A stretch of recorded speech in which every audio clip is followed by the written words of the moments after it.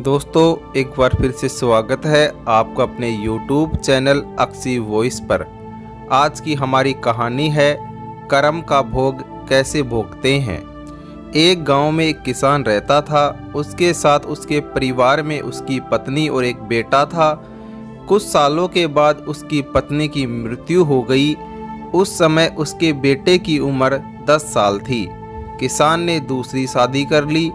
उस दूसरी पत्नी से भी किसान को एक लड़का हुआ। किसान की दूसरी पत्नी की भी कुछ समय बाद मृत्यु हो गई। किसान ने अब अपने दोनों बच्चों को अकेले ही पाल पोस कर बड़ा किया। किसान का बड़ा बेटा जो पहली पत्नी से प्राप्त हुआ था, जब शादी के योग्य हुआ तब किसान ने बड़े बेटे की शादी कर दी। फिर किसान की भी कुछ समय बाद मृत्यु हो गई। किसान का छोटा बेटा जो दूसरी पत्नी से प्राप्त हुआ था और पहली पत्नी से प्राप्त बड़ा बेटा दोनों साथ साथ रहते थे। कुछ समय बाद किसान के छोटे लड़के की तबीयत बहुत खराब रहने लगी। बड़े भाई ने कुछ आसपास के वैद्य से इलाज करवाया पर कोई राहत नहीं मिली। छोटे भाई की दिन पर दिन तबीयत बिगड़ती जा रही थी और बहुत खर्च भी हो रहा था।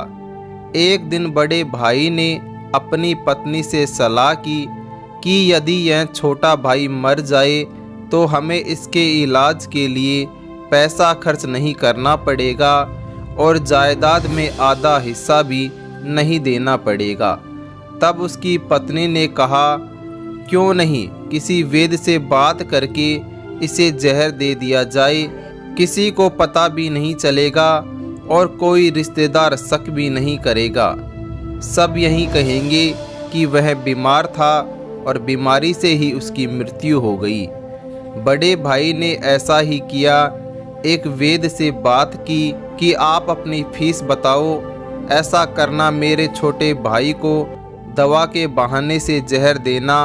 वैद्य ने बात मान ली और लड़के को जहर दे दिया और लड़के की मृत्यु हो गई। उसके भाई भाभी ने खुशी मनाई कि रास्ते का कांटा निकल गया, अब सारी संपत्ति अपनी हो गई। उसका अंतिम संस्कार कर दिया गया।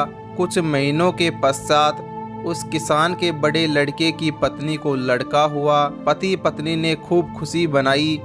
बड़े ही लाड प्यार से लड़के की परवरिश की। कुछ ही दिनों वर्षों में लड़का जवान हो गया। उन्होंने अपने लड़के की भी शादी कर दी। शादी के कुछ समय बाद अचानक लड़का बीमार रहने लगा। माँ बाप ने उसके इलाज के लिए बहुत वैद्यों से इलाज करवाया। जिसने जितना पैसा मांगा दिया, सब कुछ दिया ताकि लड़का ठीक हो जाए। अपने लड़के के इलाज में अपनी आधी संपत्ति तक बेच दी, पर लड़का बीमारी के कारण मरने की कगार पे आ गया। शरीर इतना ज़्यादा कमज़ोर हो गया कि अस्थि पिंजर ही शेष रह गया था। एक दिन लड़के को चारपाई पर लेटा रखा था और उसके पिता साथ में बैठे अपने पुत्र की यह दयनीय हालत देखकर दुखी होकर उसकी ओर देख रहे थे। तभी लड़का अपने पिता से बोला कि भाई, अपना सब हिसाब हो गया, बस अब कफन और लकड़ी का हिसाब बाकी है, उसकी तैयारी कर लो। यह सुनकर उसके पिता ने सोचा कि लड़के का दिमाग भी काम नहीं कर रहा है बीमारी के कारण, और बोला, बेटा मैं तेरा बाप हूँ, भाई नहीं। तब लड़का बोला, मैं आपका वही भाई हूँ जो आपने जहर खिलाकर मरवाया था। जिस संपत्ति के लिए आपने मरवाया था, मुझे अब वह मेरे इलाज के लिए आधी बिक चुकी है और आपकी शेष है। हमारा हिसाब हो गया है। तब उसके पिता फूट फूट कर रोते हुए बोले कि मेरा तो कुल नाश हो गया, जो किया मेरे आगे आ गया, पर तेरी पत्नी का क्या दोष है जो इस बेचारी को जिंदा जलाया जाएगा। उस समय सती प्रथा थी जिसमें पति की चिता के साथ पत्नी को जला दिया जाता था।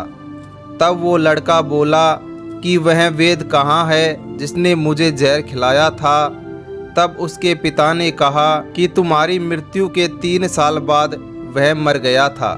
तब लड़के ने कहा कि यह वही दुष्ट वैद्य है जो आज मेरी पत्नी के रूप में है। मेरे मरने पर इसे जिंदा जलाया जाएगा। दोस्तों, इस कहानी की जो सीख है कि हमारा जीवन जो उतार चढ़ाव से भरा है, इसके पीछे हमारे अपने ही कर्म होते हैं। हम जैसा बोएंगे वैसा ही काटना पड़ेगा। कर्म करो तो फल मिलता है, आज नहीं तो कल मिलता है। जितना गहरा अधिक हो कुआं, उतना मीठा जल मिलता है। जीवन के हर कठिन प्रश्न का जीवन से ही हल मिलता है। दोस्तों, मैं उम्मीद करता हूँ कि आपको हमारी आज की कहानी कर्म का भोग कैसे भोगते हैं पसंद आई होगी। ऐसी ही रोचक और मज़ेदार कहानियाँ और व्रत कथाएं सुनने के लिए हमारे YouTube चैनल अक्सी वॉइस को सब्सक्राइब करें।